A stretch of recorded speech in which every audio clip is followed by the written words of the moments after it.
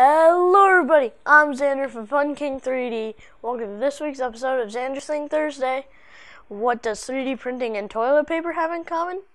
Stay tuned to find out. Xander's Thing Thursday, hey, bringing 3D printed things every single Thursday. It's Xander's Thing Thursday, yeah, Xander's Thing Thursday.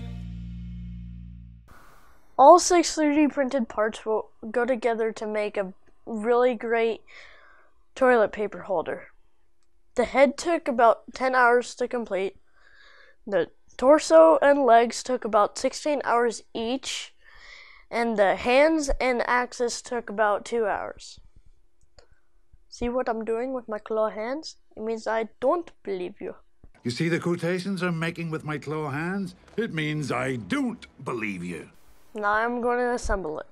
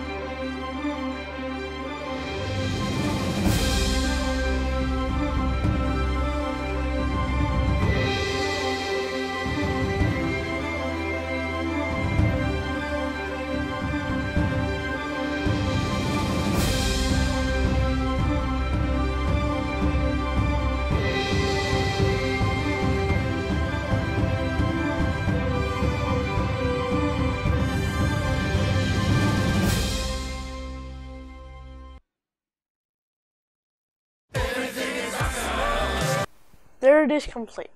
We glued the legs, head, and hands to the body using epoxy. And we painted the eyes and mouth using Tester's model paint. The original model was made by Scratch Hacks, and it was remixed by VVK187, and then it was remixed again by Fun King 3D to accept larger rolls. We printed the yellow in Inland PLA, and the rest was in AIO Robotics PLA, with a 0.2 layer height. Thank you for tuning into this week's episode of Xander's Thing Thursday. If you like what I'm doing, please subscribe and ring the bell for notifications. A thumbs up is always appreciated as well.